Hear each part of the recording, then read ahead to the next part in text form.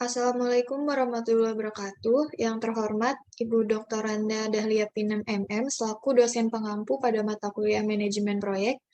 Kami dari kelompok 7 akan mempresentasikan hasil proyek kami, yaitu proyek pembangunan gudang. Sebelumnya, perkenalkan anggota kelompok kami.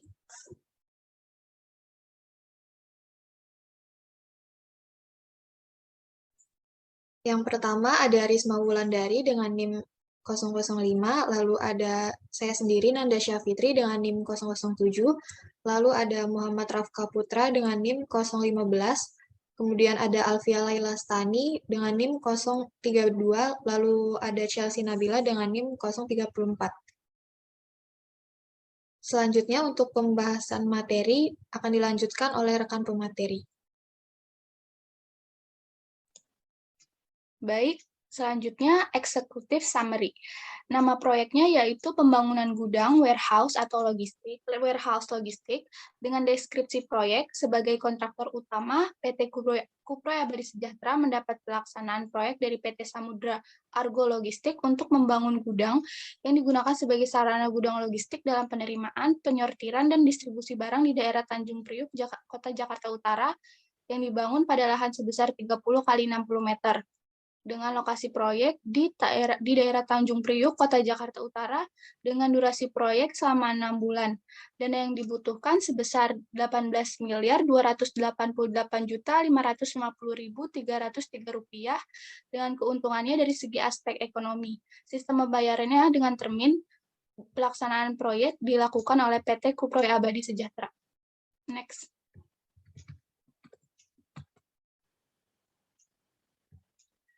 Lanjut ke bagian latar belakang.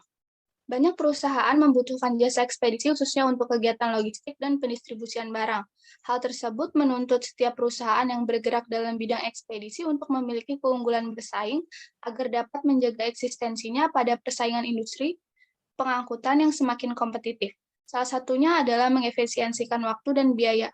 Oleh karena itu, gudang menjadi faktor penting bagi jalannya usaha jasa ekspedisi. Kami sebagai developer PT Kuproy Abadi Sejahtera akan mewujudkan keinginan klien kami untuk membangun gudang sebagai tempat penerimaan, penyortiran, dan pengiriman barang dengan lokasi yang strategis di dekat pelabuhan Tanjung Priuk, sehingga akan membantu dan memudahkan perusahaan klien guna menghemat biaya dan waktu. Proposal ini akan membantu dalam pembangunan proyek ini berjalan sesuai pedoman dan kebutuhan klien. Next.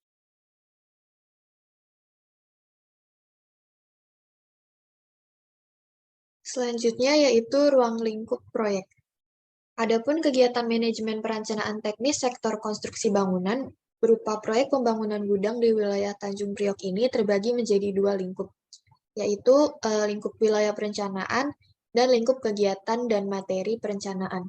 Yang pertama itu ada lingkup wilayah perencanaan, di mana lingkup wilayah perencanaan proyek ini adalah Tanjung Priok, Provinsi Jakarta Utara.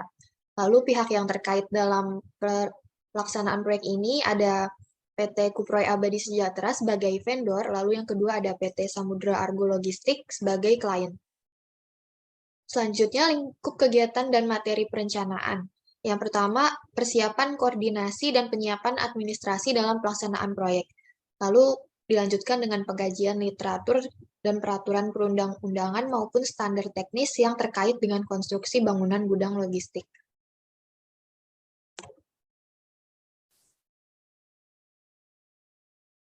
Selanjutnya, melakukan kajian kebijakan pembangunan gudang atau warehouse logistik pada studi literatur maupun pedoman pembangunan dan perencanaan wilayahnya.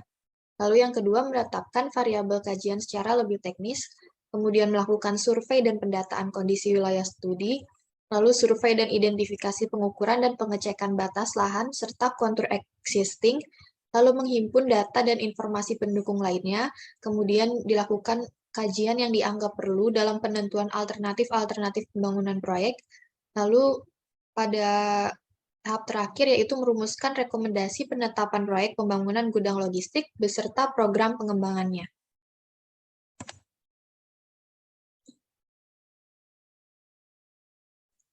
Selanjutnya ada maksud dan tujuan. Yang pertama ialah fasilitas yang berfungsi sebagai lokasi penyaluran barang dari supplier atau pemasok sampai ke end user atau pengguna. Kemudian yang kedua, mempermudah pengkoordinasian antara penawaran dengan permintaan barang. Yang ketiga, sebagai perlindungan terhadap barang. Yang keempat, menjawab akan kebutuhan permintaan. Dan yang kelima, melakukan pemeliharaan barang. Next.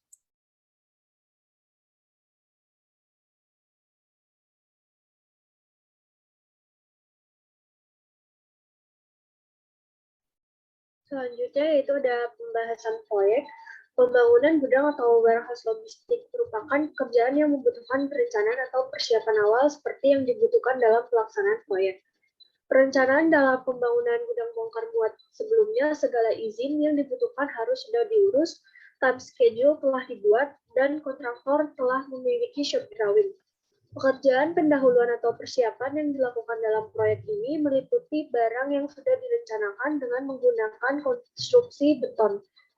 Dalam melaksanakan pekerjaan atau pembangunan tersebut diperlukan metode pelaksanaan, yaitu cara pelaksanaan suatu pekerjaan agar selesai dengan baik dan waktu yang tepat sesuai dengan rencana kerja. Pada desain gudang atau warehouse yang direncanakan sebagai tempat penyimpanan produk sekaligus tempat kegiatan menerima dan menyalurkan produk atau barang, maka bangunan sebuah gudang haruslah memenuhi aspek kenyamanan dan kemudahan usaha. Antara lain yaitu pintu distribusi yang terencana dan efektif, sirkulasi udara yang lancar, dipadu dengan isolasi ruangan yang memadai, sehingga pengguna gudang nantinya dapat dengan mudah menerapkan sistem penyimpanan dan distribusi stok dengan efektif pula.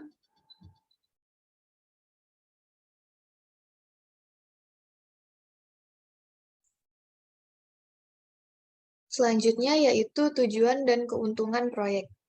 Yang pertama, sebagai perencanaan manajemen proyek gudang atau warehouse logistik. Lalu yang kedua, sebagai pedoman pelaksanaan pengerjaan proyek konstruksi bangunan gudang atau warehouse logistik di wilayah Tanjung Priok, Jakarta Utara.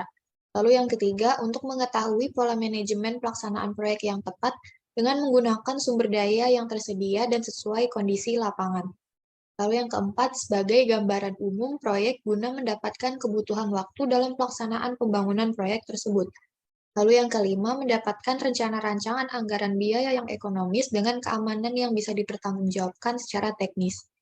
Lalu yang keenam, sebagai identifikasi potensi dan kemungkinan-kemungkinan yang terjadi sebagai bahan pertimbangan untuk perencanaan alternatif-alternatif lainnya dalam pengerjaan proyek. Lalu yang terakhir, sebagai standar rangkaian kegiatan atau alur pengerjaan proyek itu sendiri.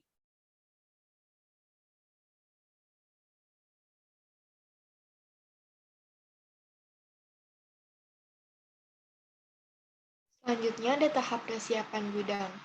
United Nation Industrial Development Organization atau UNIDO membagi siklus proyek menjadi dua tahap, yaitu tahap persiapan dan tahap implementasi. Pada tahap persiapan proyek gudang, ada beberapa kegiatan yang terdapat di dalamnya. Sebagai berikut, yaitu yang pertama ada identifikasi gagasan atau analisis pendahuluan, kedua pengembangan ide menjadi konsep-konsep alternatif, ketiga, formulasi lingkup proyek, dan keempat, evaluasi lanjutan dan keputusan untuk investasi. Next.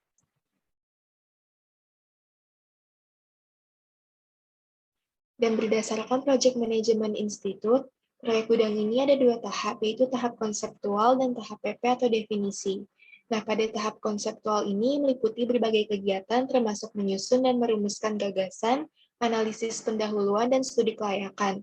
Hasil akhirnya berupa paket atau dokumen hasil studi kelayakan proyek gudang.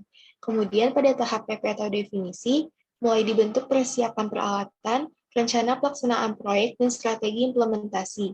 Kegiatan utamanya yaitu melanjutkan evaluasi hasil kegiatan tahap konseptual, mempersiapkan perangkat, merencanakan dan merumuskan keputusan strategis, serta menentukan peserta proyek.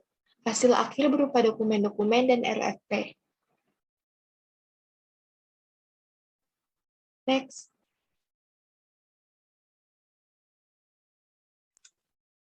Setelah melakukan tahap persiapan, lanjut kepada tahap implementasi, di mana tahap ini merupakan tahap eksekusi proyek yang merupakan tindak lanjut dari tahap persiapan proyek. Pada tahap ini, campur tangan klien atau user sudah sangat kecil. Porsi pengambilan keputusan lebih banyak di tangan pelaksana proyek. Tahap implementasi mencakup kegiatan seperti yang pertama itu desain engineering terinci, Pada tahap desain, spesifikasi dari user berisi bangunan gudang yang diinginkan diterjemahkan dalam gambar, maket, diagram, atau skema. Yang kedua, pengadaan kontrak dan pembelian. Pada tahap pengadaan, dilakukan pengadaan terkait fasilitas-fasilitas pendukung, pengadaan material, peralatan pabrikasi, dan instalasi untuk tahap selanjutnya. Yang terakhir, pengerjaan pabrikasi dan konstruksi. Setelah fasilitas dan bahan pendukung diadakan dan tersedia, selanjutnya dapat dilakukan pelaksanaan pembangunan proyek. Selain itu, dilanjutkan dengan operasi rutin dari instalasi yang baru selesai dibangun. Next.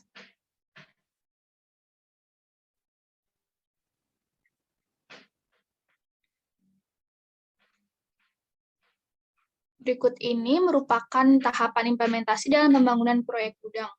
Yang pertama itu pembersihan area. Pembersihan area adalah pekerjaan untuk membersihkan area yang kita bangun untuk melancarkan pelaksanaan pekerjaan kita.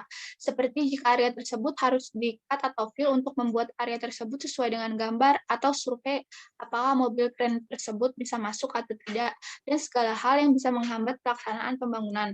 Yang kedua, fabrikasi baja. Fabrikasi baja adalah suatu proses pengolahan struktur baja dari bahan profil baja dan atau plat baja. Kemudian dirangkai dan dibentuk menjadi sebuah rangkaian struktur konstruksi. Yang ketiga, menentukan titik tiang pancang.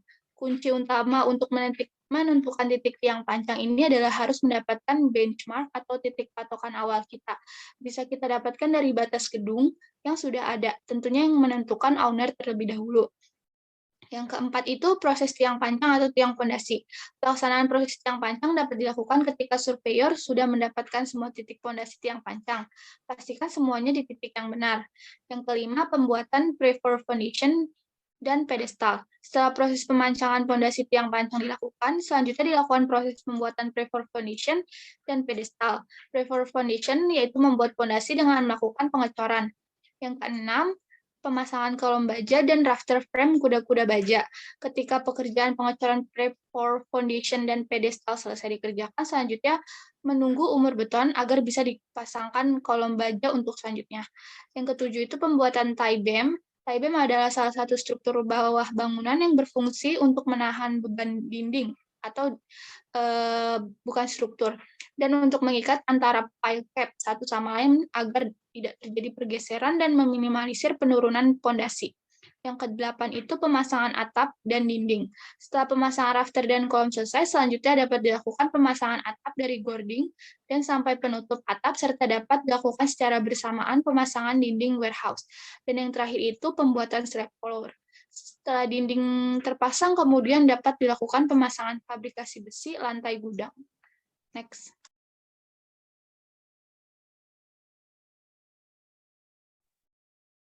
Selanjutnya yaitu tahap evaluasi proyek. Pada proyek pembangunan gudang atau warehouse logistik ini, tahap evaluasi yang dilakukan memuat kegiatan pengontrolan seperti monitoring dan evaluasi, di mana pengawasan ini perlu dilakukan agar proyek atau pekerjaan dapat berjalan dengan sebagaimana mestinya, seperti yang telah tercantum pada laporan pendahuluan.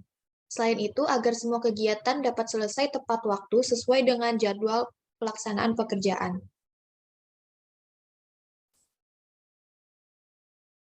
Adapun beberapa aspek dalam kegiatan proyek yang dijadikan acuan penilaian dalam tahap evaluasi ini adalah aspek teknis, aspek manajerial organisasi dan institusi, aspek sosial, aspek finansial, dan aspek ekonomis. Pada aspek teknis berhubungan dengan input dan output dari barang-barang dan jasa yang akan digunakan serta dihasilkan di dalam suatu kegiatan proyek. Lalu pada aspek manajerial organisasi dan institusi menyangkut kemampuan staf pelaksana untuk melaksanakan administrasi dalam aktivitas besar dan bagaimana hubungan antara administrasi proyek dengan lembaga lainnya, misalnya dengan pihak pemerintah. Lalu pada aspek sosial menyangkut terhadap dampak atau impact sosial yang disebabkan dengan adanya penggunaan input dan output yang akan dicapai suatu proyek. Lalu pada aspek finansial ini menyangkut tentang perbandingan antara pengeluaran uang dengan pemasukan uang dalam suatu proyek. Lalu pada aspek ekonomis, menentukan tentang besar kecilnya sumbangan suatu proyek terhadap pembangunan ekonomi secara keseluruhan. Nantinya pada tahap evaluasi ini akan merujuk pada tahap operasi dan pemeliharaan, di mana pada tahap ini terdiri atas kegiatan operasi rutin dan pengamatan prestasi akhir proyek, serta pemeliharaan fasilitas bangunan yang dapat digunakan untuk kepentingan sosial dan ekonomi masyarakat.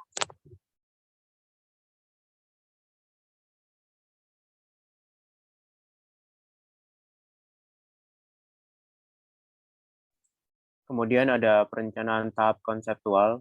Pada tahap perencanaan konseptual ini ada beberapa hal yang harus kita telusuri atau kita kaji, yakni keputusan tentang kelanjutan investasi terhadap proyek, yang dimana keputusan yang diambil berdasarkan asumsi-asumsi teknis yang dapat dipertanggungjawabkan. Berikut ini merupakan rencana konseptual pembangunan gudang atau warehouse ini, antara lain yang pertama, membuat desain dasar pembangunan dan pemilihan bahan-bahan dan alat yang akan digunakan untuk pembangunan. Kemudian gudang ini dibentuk dengan memiliki cukup cahaya ketika siang hari tanpa menggunakan lampu listrik. Kemudian ventilasi udara alami dan pintu didesain untuk keluar masuk truk ukuran sedang. Next.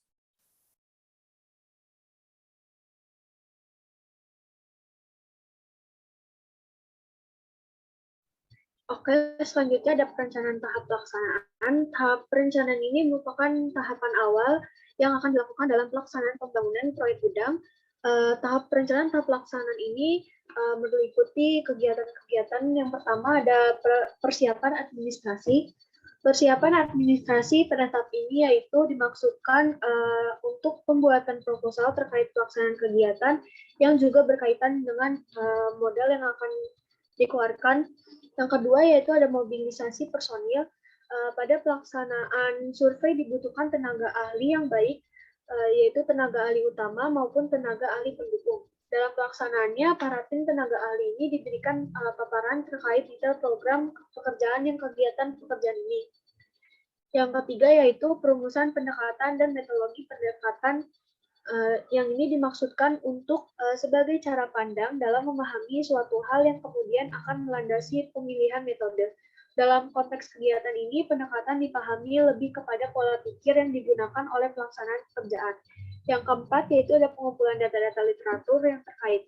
Dalam melakukan identifikasi penetapan pembangunan gudang, diperlukan kegiatan kajian baik terhadap literatur berupa tulisan, jurnal, dan hasil studi terkait serta kebijakan yang terkait. Bahan-bahan yang dikumpulkan meliputi produk legal peraturan perundangan baik untuk nasional maupun daerah yang terkait. Yang terakhir yaitu persiapan survei. Tahap persiapan survei ini merupakan tahap awal dalam kegiatan pengumpulan data dan informasi terkait pelaksanaan kegiatan.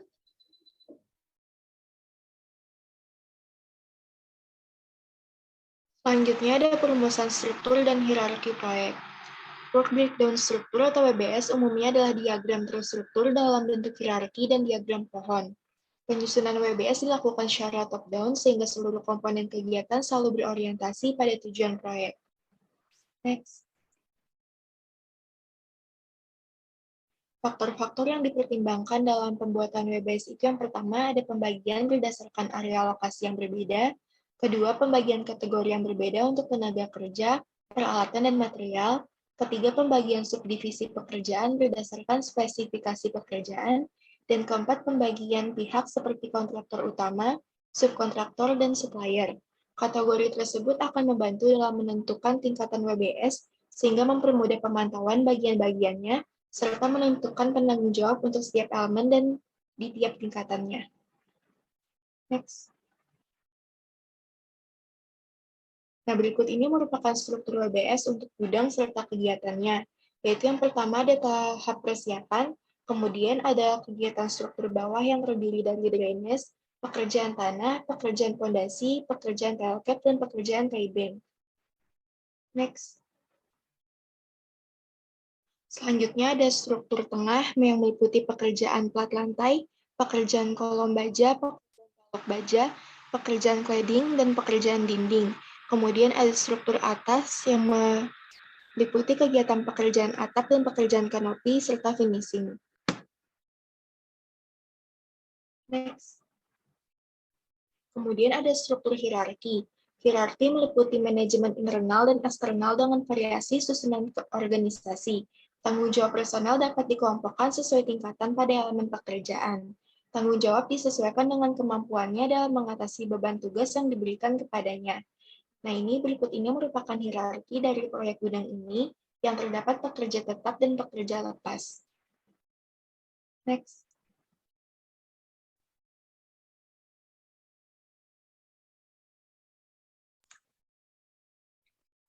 Selanjutnya ada perencanaan sumber daya manusia. Pada proyek pembangunan gudang ini, perencanaan SDM yang dibutuhkan selama kegiatan proyek berlangsung diantaranya arsitek berjumlah 1 orang.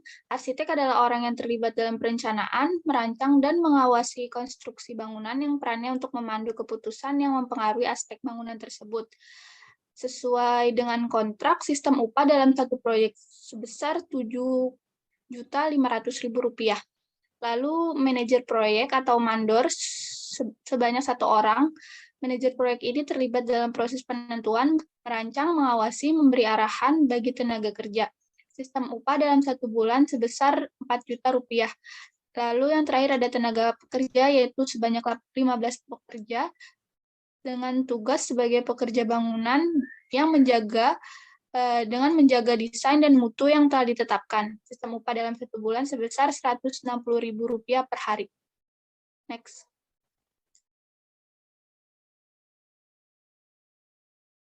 Selanjutnya yaitu perencanaan mutu proyek, di mana standar sistem mutu yang digunakan dalam pembangunan gudang bongkar muat atau warehouse logistik ini adalah menggunakan standar sistem mutu ISO 9000-2000. Perencanaan sistem mutu pada proyek pembangunan gudang ini meliputi rangkaian kebijakan yang dituangkan ke dalam pedoman mutu. Pada rencana mutu proyek di dalamnya meliputi proses pemenuhan persyaratan yang berlaku dalam standar ISO 9000-2000 yang terdiri atas bagian-bagian berikut ini. Yang pertama itu ruang lingkup, terdiri atas dokumen yang berhubungan dengan sistem mutu, otorisasi kontrak, dan kondisi-kondisi mutu. Deskripsi proyek, organisasi proyek, dan persetujuan. Lalu yang kedua, rancangan perencanaan mutu, di mana di dalamnya terdiri atas kebijakan dan tanggung jawab manajemen, tinjauan proyek, tinjauan rancangan, dan rilis serta tinjauan mutu. Lalu ada persyaratan rancangan desain yang di dalamnya terdiri atas kebijakan komponen, kemampuan produksi, availability, reliability, dan maintainability atau yang biasa disebut dengan ARM. Persetujuan desain, kemudian ada persetujuan desain, penerimaan pelanggan, keamanan, konfigurasi manajemen, pengadaan, rencana pengujian, serta pengujian lapangan. Lalu yang terakhir, pada aspek penjaminan mutu, di dalamnya terdiri atas kebijakan, pelatihan, tinjauan, pengawasan rutin, dan tinjauan rencana mutu proyek secara keseluruhan.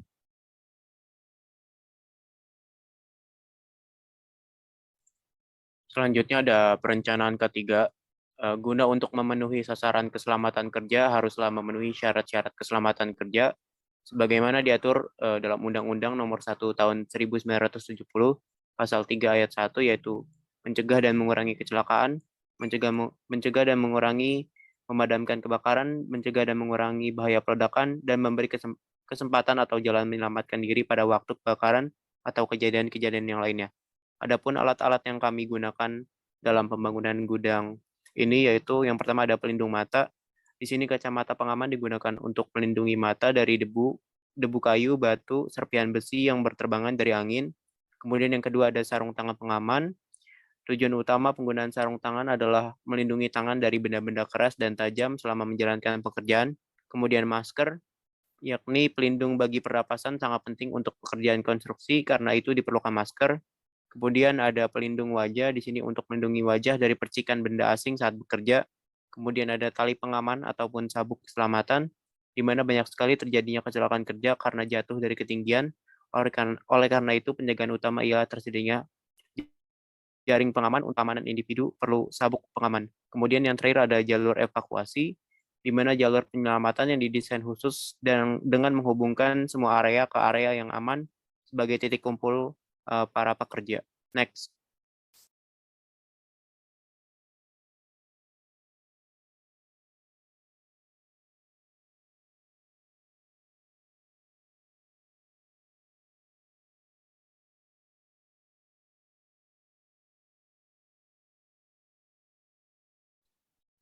Selanjutnya itu ada perencanaan lingkungan. Kegiatan yang dilakukan dalam perencanaan lingkungan dari suatu proyek, salah satunya yaitu mengidentifikasi dampak pelaksanaan proyek terhadap lingkungan proyek. Berikut ini identifikasi dampak pelaksanaan proyek terhadap lingkungan proyek pembangunan gudang ini, yaitu meliputi kualitas udara, kualitas air, dan juga sosial budaya. Pada proyek pembangunan gudang bongkar muat ini, perencanaan lingkungan yang dibutuhkan untuk mengidentifikasi dampak lingkungan dari pelaksanaan proyek yaitu perencanaan AMDAL. Dibutuhkannya AMDAL pada perencanaan lingkungan pembangunan gudang ini agar proyek ini tidak mengalami permasalahan lingkungan, terutama pada lingkungan pembangunan proyek yaitu kawasan Tanjung Priok, Jakarta Utara. Jika proyek ini tidak menerapkan AMDAL, bisa saja permasalahan lingkungan dapat menyebabkan gagalnya sebuah proyek pembangunan gudang ini.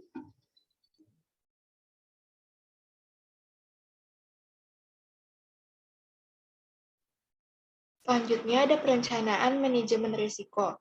Untuk menangani berbagai risiko yang terdapat pada proyek gudang ini, maka dibutuhkan manajemen risiko. Manajemen risiko bertujuan untuk mengidentifikasi risiko pada suatu proyek dan mengembangkan strategi agar dapat meminimalisir dan menghindari risiko, serta mencari cara untuk mengoptimalkan di lain sisi juga peluang yang tersedia. Pada perencanaan manajemen risiko proyek, terdapat beberapa tahapan yang perlu dilakukan, yaitu yang pertama ada identifikasi variabel risiko.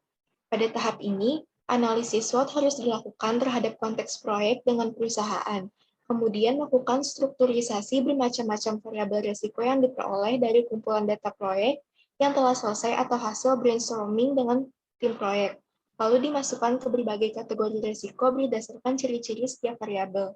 Kedua itu ada penilaian risiko. Pada tahapan ini, kegiatan utama yang harus dilaksanakan yaitu evaluasi tingkat penting risiko, dengan cara melakukan penilaian terhadap semua variabel risiko sesuai scoring dan pembobotan. Next. Pada proyek gudang ini terdapat berbagai penanggulangan risiko yang dilaksanakan sebagai manajemen risiko terhadap kebakaran pada gudang. Sebagai berikut yaitu yang pertama, meminimalisir peluang timbulnya api dengan menghilangkan atau menghindari pemakaian listrik pada gudang. Kedua, menyediakan alat pemadam api di tempat yang terjangkau dan digunakan pada instalasi bangunan gudang berupa alat pemadam api ringan berjenis foam dan powder. Ketiga, perusahaan menyediakan petugas pemadam kebakaran yang siap sedia dalam waktu 24 jam dan mempunyai pelatihan serta sertifikasi pemadaman kebakaran yang sesuai standar SMKS HOSAS 18001. Dan terakhir, karyawan diberikan pelatihan tanggap darurat kebakaran. Next. Kemudian ada aspek pasar dan pemasaran. Otoritas Jasa Keuangan mencatat 88,1% pengguna internet di Indonesia telah menggunakan layanan e-commerce dalam membeli sejumlah produk. Selain itu, e-commerce telah menjadi pendorong utama pertumbuhan sektor ini dan sekarang berkontribusi hingga 25% dari total pendapatan industri. Sektor jasa kurir dan pengiriman di Indonesia mencatat pertumbuhan pendapatan sangat mengesankan sebesar 30-40% pada tahun 2016 didukung oleh pesatnya pertumbuhan sektor e-commerce. Berdasarkan data tersebut, kami melihat adanya potensi di industri tersebut yang terus berkembang. Selain itu, didukung dengan lokasi strategis di dekat Pelabuhan Tanjung Priok, di mana mobilisasi daerah tersebut tinggi, sehingga membutuhkan gudang untuk mengatur keluar masuknya barang logistik. Selain itu, dengan adanya proyek pembangunan gudang ini diharapkan menjadi salah satu pilihan untuk menunjang kegiatan operasional dan dapat membuka lapangan pekerjaan bagi masyarakat setempat pembangunan gudang. Lalu, selain itu ada aspek dari penawaran dan permintaan, diantaranya ada perencanaan dan permintaan.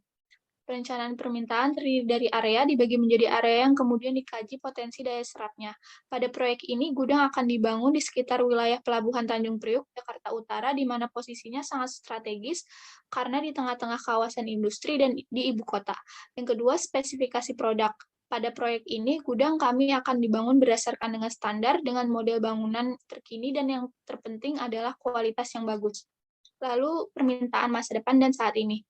Permintaan saat ini sering dapat dikumpulkan dari catatan statistik, sedangkan untuk masa yang akan datang perlu diadakan peramalan dengan menggunakan berbagai variabel yang didasarkan pada informasi saat ini. Pada proyek ini, gudang akan sangat dibutuhkan bagi para perusahaan ekspedisi, terutama proyek akan dibangun di dekat pelabuhan kawasan industri. Yang ketiga itu ada kebijakan pemerintah.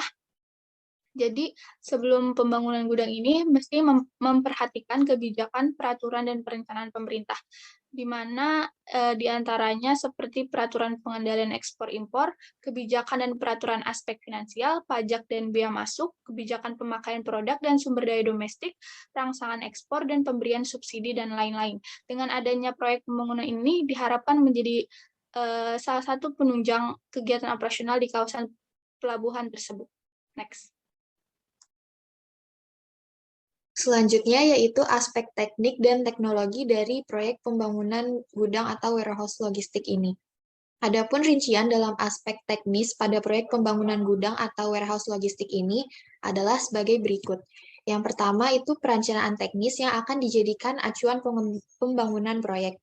Lalu yang kedua ada tahap identifikasi, di mana ketika pada tahap perencanaan dilakukan pembentukan tim kerja, kemudian dilanjutkan dengan identifikasi perencanaan melalui studi kelayakan pembangunan, serta survei-survei terkait lapangan dan survei literatur yang dapat menjelaskan kondisi existing di lokasi pekerjaan, dan juga kondisi teknis lainnya yang mendasari kriteria perencanaan.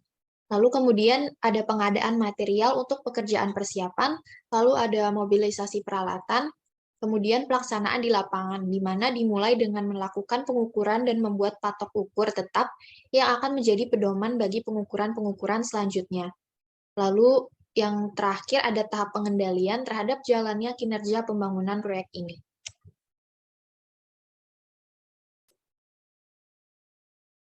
Kemudian selanjutnya yaitu letak geografis lokasi, di mana proyek ini terletak pada Jalan Enggano Tanjung Priok, Provinsi Jakarta Utara.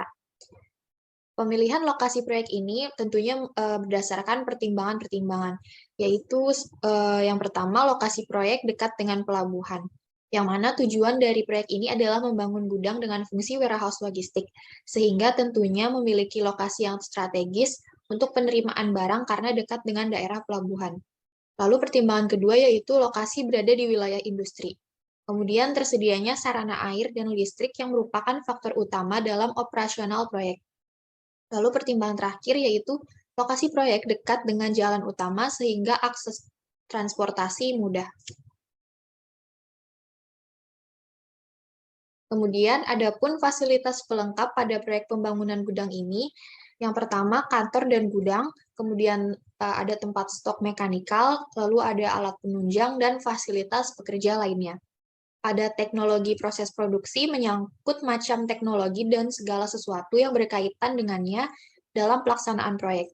Di dalamnya meliputi seperti ekskavator, generator set, dump truck, water tanker, dan concrete mixer.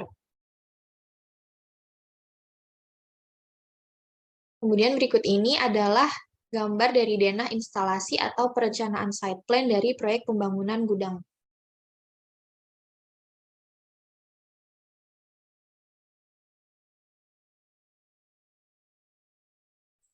Kemudian ada aspek manajemen dan organisasi. Yang pertama ada perencanaan atau planning. Dalam proses perencanaan ini, tujuan pembangunan gudang ini sebagai tempat penerimaan, penyimpanan sementara, dan persediaan part, material, dan bidang yang akan dipakai untuk kebutuhan produksi atau support produksi. Kemudian yang kedua ada pengorganisasian atau organizing, di mana pengorganisasian di sini bermaksud proses pembangunan gudang yang kami jalankan memiliki panduan-panduan sebagai bahan acuan dalam melaksanakan pembangunan. Kemudian yang ketiga ada pelaksanaan atau evaluating, di mana pada proses pelaksanaan ini pembangunan dilakukan sesuai dengan acuan yang telah dibuat dan setiap individu atau kelompok telah memahami tugas dan kewajiban yang harus mereka kerjakan. Kemudian ada pengawasan atau evaluating, di mana pada proses pengawasan ini kami selaku kontraktor berkewajiban melakukan sebuah evaluasi setelah pelaksanaan dilakukan, seperti misalnya penggunaan bahan, kemiringan bangunan, dan lain-lain.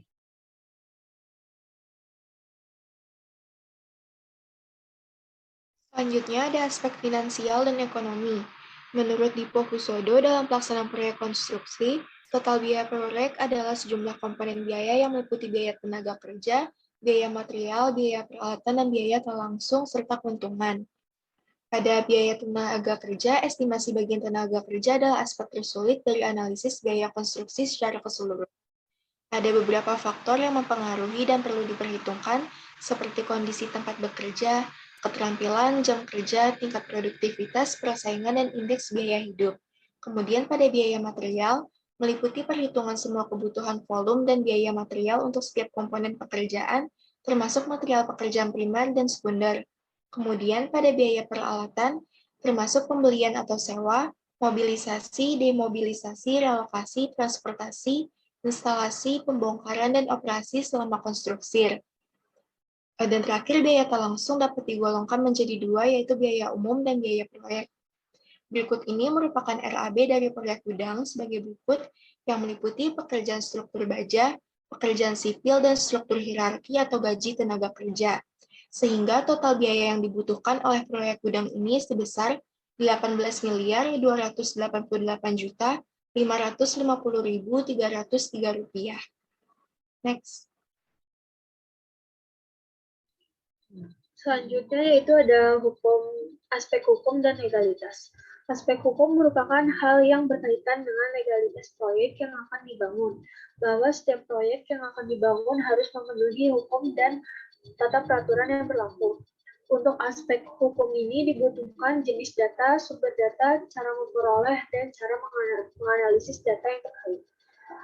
Adapun landasan aspek hukum dan legalitas pada proyek pembangunan gudang bongkar muat ini didasarkan pada Undang-Undang Kegagalan Bangunan yang terdiri atas beberapa definisi. Yang pertama ada Undang-Undang Nomor 18 Tahun 1999 tentang jasa konstruksi. Yang kedua yaitu Peraturan Pelaksanaan Undang-Undang Jasa Konstruksi. Yang ketiga yaitu HAKI pada tahun 2001 mencoba mengkaitkan dengan Undang-Undang Republik Indonesia Nomor 18 Tahun 1999 dan terakhir yaitu yang keempat Undang-Undang Jasa Konstruksi.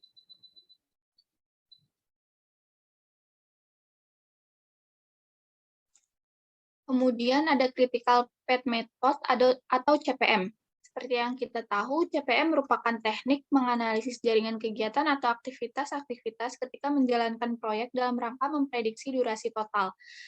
Di dalam tabel tersebut terlihat kegiatan dan pekerjaan serta durasi kegiatan tersebut terlaksana, seperti pembersihan area dengan durasi 1 minggu, proses fabrikasi baja selama 1 minggu, menentukan titik tiang pancang selama 1 minggu,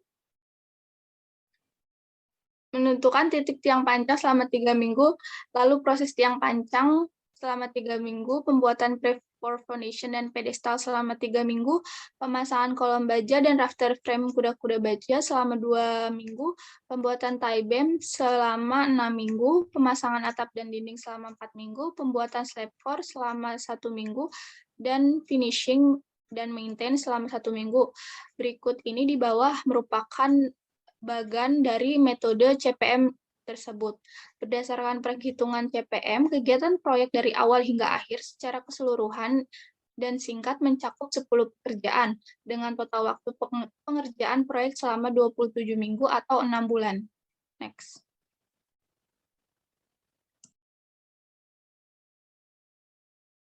Selanjutnya ada pengendalian yang efektif. Untuk membuat fungsi pengendalian berjalan secara efektif, maka dibutuhkan ketepatan dalam pemilihan metode pengendalian dan didukung dengan sistem informasi yang memadai. Pengendalian proyek gudang yang efektif yaitu yang pertama, tepat waktu dan peka terhadap penyimpangan. Cara atau metode yang dipakai harus cukup peka agar bila terjadi penyimpangan maka akan teridentifikasi dari awal. Kemudian bentuk tindakan yang diadakan tepat dan benar. Dalam hal ini dibutuhkan kemampuan dan kecakapan dalam melakukan analisis yang akurat dan objektif terhadap indikator. Yang ketiga, terfokus pada masalah atau titik yang bersifat strategis, ditinjau berdasarkan segi penyelenggaraan proyek. Untuk hal ini, kecakapan dibutuhkan untuk menentukan titik atau masalah yang strategis, sehingga pemakaian waktu dan tenaga lebih efisien. Yang keempat, mampu mengetengahkan dan mengkomunikasikan masalah dan penemuan agar bisa mengambil perhatian pimpinan ataupun pelaksana proyek yang berkaitan, sehingga tindakan perbaikan yang dibutuhkan bisa dilakukan segera. Kemudian ada kegiatan pengendalian tidak melebihi yang dibutuhkan. Biaya yang digunakan pada kegiatan pengendalian tidak boleh melebihi hasil kegiatan tersebut. Dan terakhir, mampu memberikan petunjuk dalam bentuk perkiraan hasil pekerjaan yang akan datang, jika ketika pengecekan tidak ada perubahan. Pengelola proyek sangat membutuhkan petunjuk agar dapat menentukan langkah penyelenggaraan selanjutnya. Kemudian, agar pengendalian proyek dapat berjalan efektif, maka dibutuhkan faktor-faktor yang dapat mendukung kelancaran pengendalian tanpa terjadi hambatan. Antara lain, yaitu yang pertama ada ketepatan waktu, yaitu dibutuhkan sehingga informasi pemantauan yang didapatkan cocok dengan situasi sekarang. Kedua, akses antar tingkat. Kemudahan dan kejelasan akses dapat mempercepat pelacakan bagian yang berkinerja buruk. Yang ketiga, perbandingan data terhadap informasi. Data yang didapatkan bisa memberikan informasi yang proporsional berdasarkan jumlah data yang diberikan. Kemudian keempat, data dan informasi yang dapat dipercaya. Berkaitan erat dengan kejujuran dan kedisiplinan dari pihak yang bersangkutan di dalam proyek.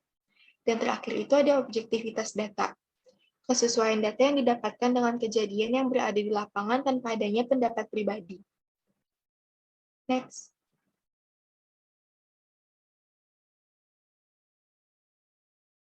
Selanjutnya yaitu manajemen mutu, di mana tentunya selain menerapkan sistem manajemen mutu ISO 9000 dan menjalankan prosedur sebagai bagian dari keseluruhan sistem untuk mendapatkan produk akhir yang sesuai dengan yang telah direncanakan, ada beberapa mutu yang harus diperhatikan dalam proyek pembangunan ini, yaitu yang pertama, semua bahan-bahan yang akan dipakai dalam pekerjaan ini harus memenuhi ketentuan-ketentuan umum yang berlaku di Indonesia. Lalu yang kedua, jenis semen yang digunakan yang dipakai untuk beton dan adukan dalam pekerjaan ini adalah Portland semen yang memenuhi syarat-syarat S2001381. Lalu yang ketiga, agregat halus atau pasir untuk pekerjaan beton dan adukan harus berbutir keras, bersih dari kotoran-kotoran dan zat kimia organik dan anorganik yang dapat merugikan mutu beton ataupun baja, tulangan, dan bersudut tajam. Lalu yang keempat, besi untuk tulangan beton yang akan digunakan dalam pekerjaan ini adalah baja dengan U24 dengan mutu U39. Lalu yang kelima, air yang dipakai untuk adukan beton harus bersih dan adukan spesi harus bebas dari zat-zat organik, anorganik, asam, garam, dan bahan-bahan alkali yang dapat mempengaruhi berkurangnya kekuatan dan atau keawetan beton. Mutu air tersebut sedapat mungkin bermutu air minum. Berikut ini adalah bagan alir sistem pelaksanaan mutu untuk pembangunan konstruksi gudang, di mana pada awalnya yaitu berangkat dari kebutuhan atau kehendak masyarakat. Lalu kemudian dilakukan penetapan mutu proyek seperti mutu perencanaan, mutu bangunan atau konstruksi, dan mutu pemanfaatan sehingga nantinya dapat mendapatkan kepuasan dari masyarakat ataupun klien yang menggunakan jasa pada proyek tersebut. Selanjutnya ada manajemen waktu. Dalam proses pembangunan gudang atau warehouse ini, kami menghabiskan waktu dalam pembangunan yakni sekitar 27 minggu, yakni 6 bulan, dengan keterangan beberapa kegiatan diantaranya pembersihan area, proses fabrikasi baja, menentukan titik tiang pancang, proses tiang pancang, pembuatan pre-pour foundation dan pedestial, pemasangan kolom baja dan rafter frame kuda, pembuatan tie beam, pemasangan atap dan dinding, pembuatan slab floor, dan yang terakhir finishing dan maintenance. Next.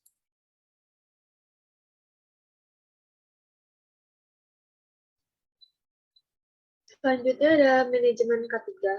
Sistem Manajemen Keselamatan dan Kesehatan Kerja atau SMK3 adalah bagian dari sistem manajemen perusahaan secara keseluruhan dalam rangka pengendalian risiko yang berkaitan dengan kegiatan kerja guna terciptanya tempat kerja yang aman, efisien, dan produktif.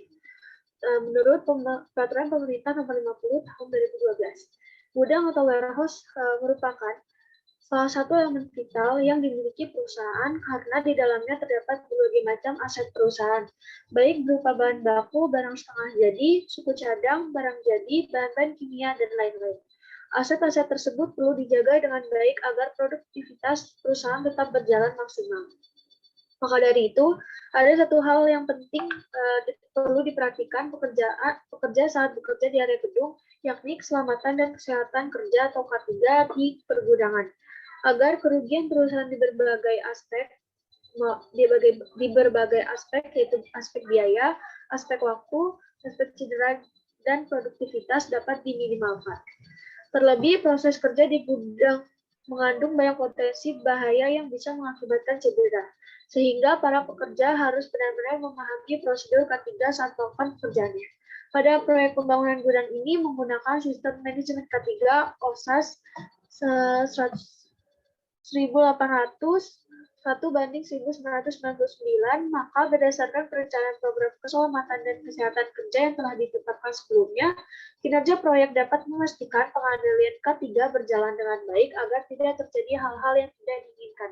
Dan juga manajemen K3 memberikan manfaat, yaitu dapat menghemat biaya proyek untuk hal-hal yang tidak terduga. Selanjutnya, mengukur risiko.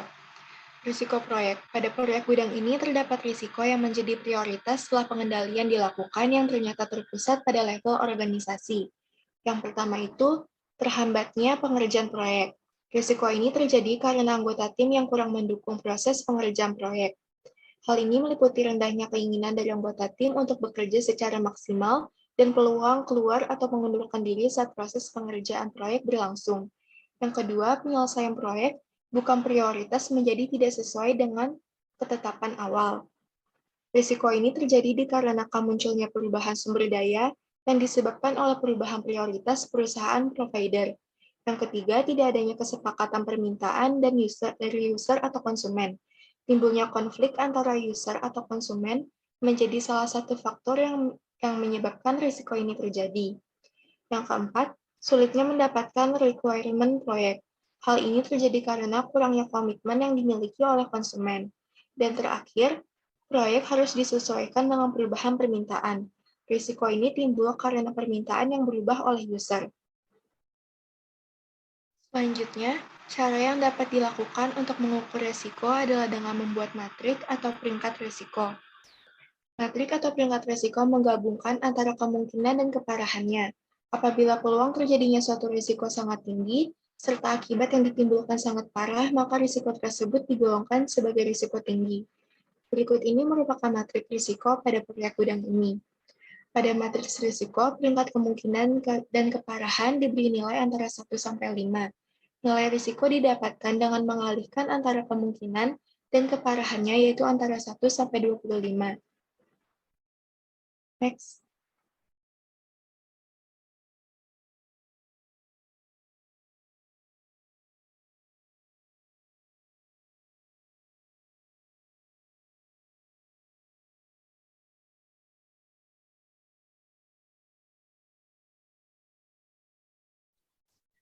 Selanjutnya itu ada penjadwalan sumber daya. Penjadwalan sumber daya adalah penjadwalan yang berkaitan dengan tenaga kerja, peralatan, material, dan biaya yang merupakan bagian dari master schedule atau jadwal utama, atau dapat juga sebagai bagian yang terpisah darinya sebagai sub-schedule.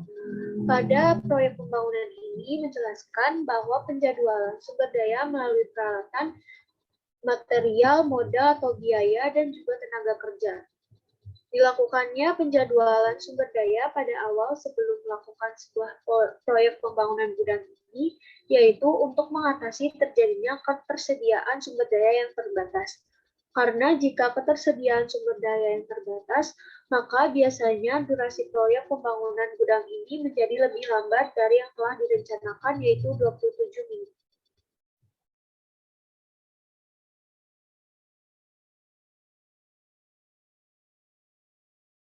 Selanjutnya, mengukur kinerja biaya dan waktu dengan metode earned value. Penggunaan konsep earned value adalah untuk mengukur besarnya satuan pekerjaan yang telah selesai pada waktu tertentu, jika dinilai berdasarkan jumlah anggaran yang tersedia untuk pekerjaan tersebut.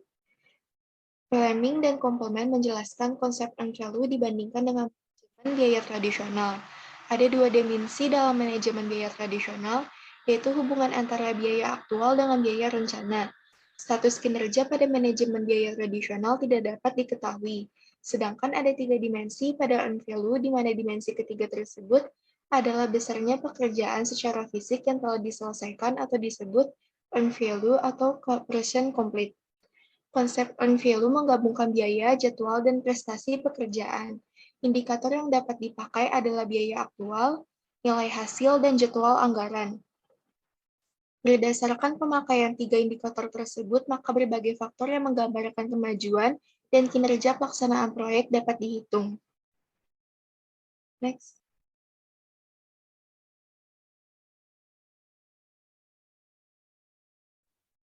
Perencanaan jadwal proyek berdasarkan kontrak awal dan hasil perencanaan pembangunan gudang di Jakarta Utara diperoleh hasil durasi proyek sebesar 189 hari dengan jam kerja selama 12 jam selama 7 hari dalam dengan mulai proyek pada tanggal 1 Mei 2022 sampai dengan 6 November 2022 dengan total waktu libur sebesar 14 hari dengan biaya sebesar 18.288.550.303 rupiah.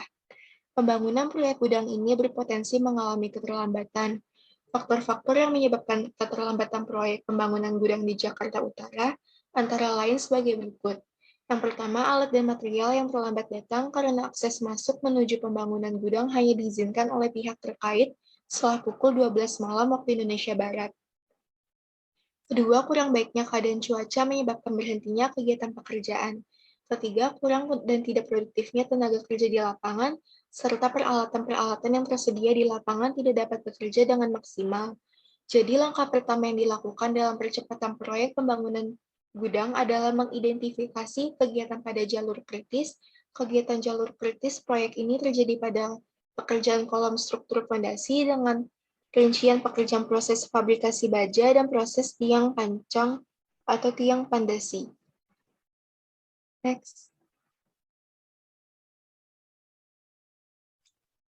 Selanjutnya, pengendalian proyek. Menurut Soeharto tahun 1997, pengendalian proyek adalah suatu usaha sistematis untuk menentukan standar yang sesuai dengan sasaran perencanaan, perancang sistem informasi, membandingkan pelaksanaan dengan standar, menganalisis kemungkinan adanya penyimpangan antara pelaksanaan dengan standar, dan mengambil tindakan pembetulan yang diperlukan.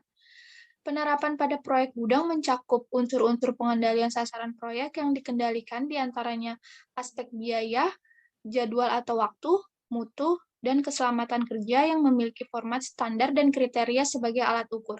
Alat ukur yang digunakan berupa jadwal, kuantitas pekerjaan, standar mutu atau spesifikasi pekerjaan, serta standar keselamatan dan kesehatan kerja, yang untuk selanjutnya diproses dalam suatu sistem informasi. Next. Selanjutnya ada indikator kinerja proyek. Di sini terdapat dua indikator, yakni faktor penghambat dan faktor pendukung.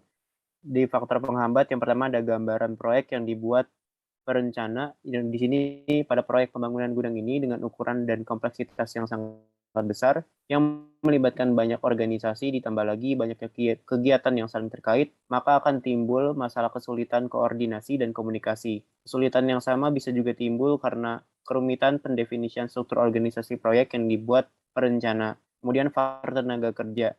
Pengawas atau inspektur yang kurang ahli di bidangnya atau kurang berpengalaman dapat menyebabkan pengandalan proyek menjadi tidak efektif dan kurang akurat. Kemudian yang ketiga, faktor sistem pengendalian. Penerapan sistem informasi dan pengawasan yang terlalu formal dengan mengabaikan hubungan kemanusiaan akan timbul kekacauan dan keterpaksaan. Oleh karena itu, perlu juga diterapkan cara-cara tertentu untuk mendapatkan informasi secara tidak resmi. Kemudian pada faktor pendukung, yang pertama ada ketetapan waktu. Keterlambatan pemantauan hanya akan menghasilkan informasi yang tidak sesuai lagi dengan kondisi. Maka dari itu, kami dalam pembangunan gudang ini benar-benar berpatokan pada jadwal yang telah disusun sehingga dapat cepat selesai dengan waktu yang tepat. Kemudian bahan baku. Penggunaan bahan baku proyek merupakan hal yang paling penting dalam pembangunan. Jika bahan baku tidak tersedia, maka akan menghambat proses berjalannya pembangunan. Dan pada proyek ini, kami memiliki supplier bahan baku yang sangat baik. Kemudian data dan informasi yang dapat dipercaya. Masalah ini menyangkut kejujuran dan kedisiplinan semua pihak yang terlibat dalam proyek, Semua perjanjian dan kesepakatan yang telah dibuat seperti waktu pengiriman, peralatan, dan bahan, waktu pembayaran harus sesuai benar-benar dan ditepati. Next.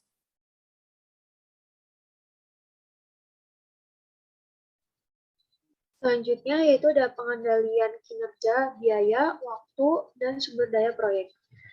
Ada aspek biaya yang dikendalikan dalam proyek pembangunan gudang bongkar muat ini, yaitu merupakan biaya-biaya yang akan dikeluarkan untuk membangun proyek tersebut. Adapun di bawah ini merupakan pengendalian biaya dari proyek pembangunan gudang bongkar muat. Yang pertama yaitu ada pengendalian biaya bahan. Pengendalian biaya bahan yaitu ada rencana kebutuhan bahan, bon penerimaan barang, bon pengeluaran barang, kartu stok, pemasukan dan pengeluaran bahan dicatat dalam kartu stok, setiap bulan dibuat evaluasi bahan, atau juga laporan evaluasi bahan. Yang selanjutnya yaitu ada dari data laporan tersebut dapat diketahui jenis bahan dan kisaran penyimpangan. Yang terakhir yaitu ada manajer proyek harus segera mengambil tindakan mengatasi kenaikan biaya yang terjadi. Yang kedua yaitu ada pengendalian biaya upah. Dalam setiap kegiatan proyek, pengendalian upah ini mengkaji kegiatan yang sangat penting dan menentukan keberhasilan suatu proyek. Macam-macam pembayaran upah yaitu yang pertama ada upah harian langsung. Upah harian langsung ini dibayar langsung kepada pekerja untuk mengerjakan pekerjaan yang belum diselesaikan. Yang kedua yaitu ada upah harian mandor. Upah harian mandor ini dibayarkan melalui mandor untuk pekerjaan yang diserahkan kepada mandor. Yang ketiga yaitu ada upah borongan, yaitu dibayarkan kepada mandor berdasarkan volume pekerjaan yang sudah diborongkan dalam SPK. Selanjutnya yaitu ada pengendalian biaya subkontraktor. Pengendalian biaya subkontraktor ini meliputi yang pertama yaitu ada membuat subkontraktor yang bersifat langsung, fixed price, artinya biaya yang disubkontrakkan sudah fix atau tetap. Yang kedua yaitu ada pelaksanaan pekerjaan tidak boleh terlambat dapat mengakibatkan kenaikan biaya. Yang ketiga atau cara pembayaran kepada subkontraktor yaitu disesuaikan dengan cara pembayaran dari pemilik proyek tersebut. Pemilik proyek disebut dengan back to back atau payment. Yang keempat yaitu ada apabila ada pekerjaan tambah harus dengan memo tertulis atau SPK yang baru yang sudah jelas lingkup pekerjaan dan biayanya. Yang ketiga yaitu yang kelima yaitu ada nilai subkontrak yaitu tidak melampaui RAB atau RAP. Selanjutnya yaitu ada pengendalian biaya peralatan. Pengendalian biaya peralatan ini yang pertama ada mengusahakan pengoperasionan alat secara optimal. Yang kedua ada kebutuhan alat ringan atau berat sebaiknya dipenuhi secara outsourcing, artinya yaitu menyewa dari pihak luar untuk mengurangi biaya perawatan serta biaya penyimpanan lainnya. Yang ketiga atau menggunakan atau memperkerjakan tenaga operator yang sudah terampil dan sesuai dengan keahliannya. Yang keempat yaitu ada menggunakan peralatan yang cocok dengan jenis pekerjaan, volume, medan kerja atau cuaca dan lain-lain. Next. Selanjutnya yaitu ada pengendalian pengendalian waktu. Pengendalian waktu proyek pembangunan gudang bongkar muat ini agar proyek tersebut dapat berjalan dengan baik sesuai dengan yang telah direncanakan dan tidak terjadi keterlambatan proyek. Adapun pengendalian waktu yang dapat dilakukan berikut ini yaitu ada pengendalian waktu pelaksanaan proyek. Umumnya dilakukan dengan menggunakan alat bantu yaitu berupa bar chart, kurva S sebagai indikator terlambat atau tidaknya proyek tersebut. Yang kedua yaitu ada keterlambatan yang terjadi atau kemudian dibahas dalam rapat-rapat proyek, baik mingguan maupun bulanan. Yang ketiga yaitu apabila keterlambatan cukup besar, rapat pembahasannya diperluas dengan mengundang pengawas atau konsultan. Selanjutnya yaitu ada pengendalian sumber daya. Sumber daya proyek terdiri dari beberapa jenis, diantaranya biaya, waktu, sumber daya manusia, material atau bahan baku, dan juga peralatan yang digunakan dalam pelaksanaan proyek. Pengendalian sumber daya pada proyek pembangunan gudang bongkar muat ini yaitu ketika dalam mengoperasionalkan sumber daya tersebut harus dilakukan pengendalian suatu sistem manajemen yang baik, sehingga sumber daya pada proyek pembangunan gudang bongkar muat kami dapat dimanfaatkan secara optimal dan tidak mengalami kerugian.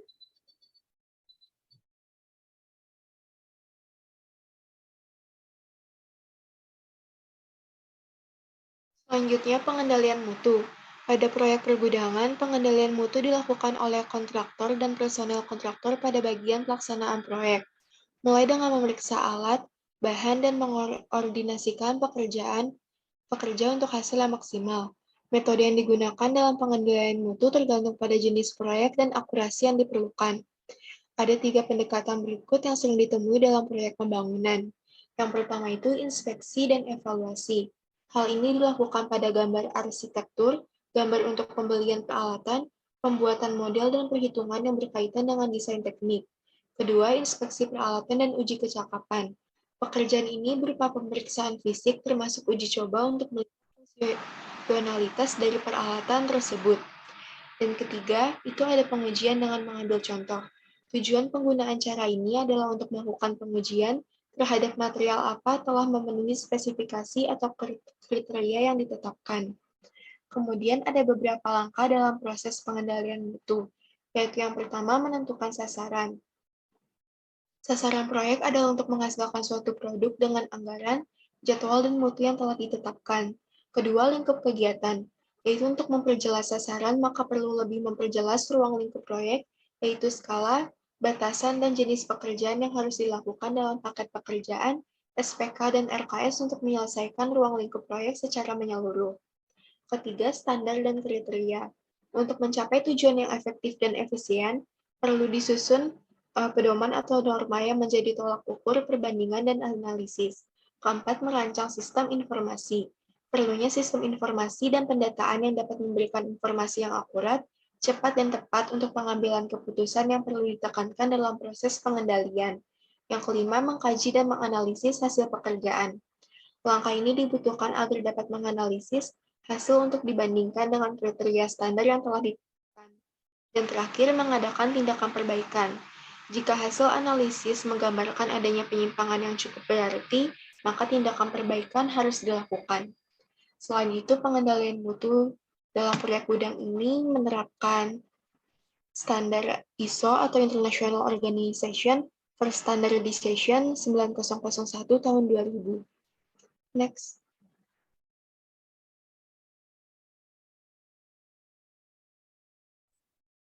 Selanjutnya yaitu pengendalian K3. Adapun pengendalian K3 dari proyek pembangunan gudang ini adalah untuk menjamin konstruksi dengan angka 0 kecelakaan. Pada proyek pembangunan gudang ini menggunakan standar sistem manajemen kualitas internasional ISO 18001 tahun 1999. Dalam pelaksanaan pekerjaannya, kontrol dasar dari K3 mengacu pada beberapa standar, yaitu OSAS 18001 tahun 1999. Lalu ada technical specification of the project, kemudian safety target of company, dan safety management. Langkah-langkah pengendalian yang dilakukan dalam sistem OSAS tersebut yaitu sebagai berikut, di mana yang pertama pengendalian teknis meliputi eliminasi, pencegahan, dan penanggulangan terhadap kecelakaan. Kemudian pengendalian administratif, dokumen-dokumen mengenai standar prosedur operasional berupa instruksi kerja, daftar periksa, serta kelengkapannya tersimpan rapi agar dapat dievaluasi setiap saat. Kemudian pelatihan bagi semua karyawan sesuai dengan kondisi lapangan pekerjaan yang ditangani dilakukan secara berkala. Lalu penerapan K3 yang proaktif untuk memotivasi pekerja agar lebih giat dan merasa aman dan nyaman dalam bekerja.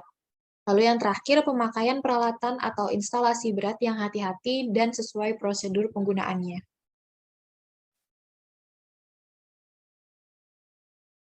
Ada kemudian kesimpulan, di mana proposal ini bertujuan untuk mengetahui dan menganalisis tentang bagaimana proyek pembangunan gudang atau warehouse dapat terlaksana dengan baik. Selain itu, proyek ini disusun dengan maksud agar dapat dijadikan sebagai bahan acuan ataupun pertimbangan dalam pembangunan gudang ataupun pengelolaan gudang. Metode yang digunakan dalam pembuatan proposal ini adalah studi literatur. Pembangunan proyek gudang ini berlokasi di Tanjung Priok, Jakarta Utara.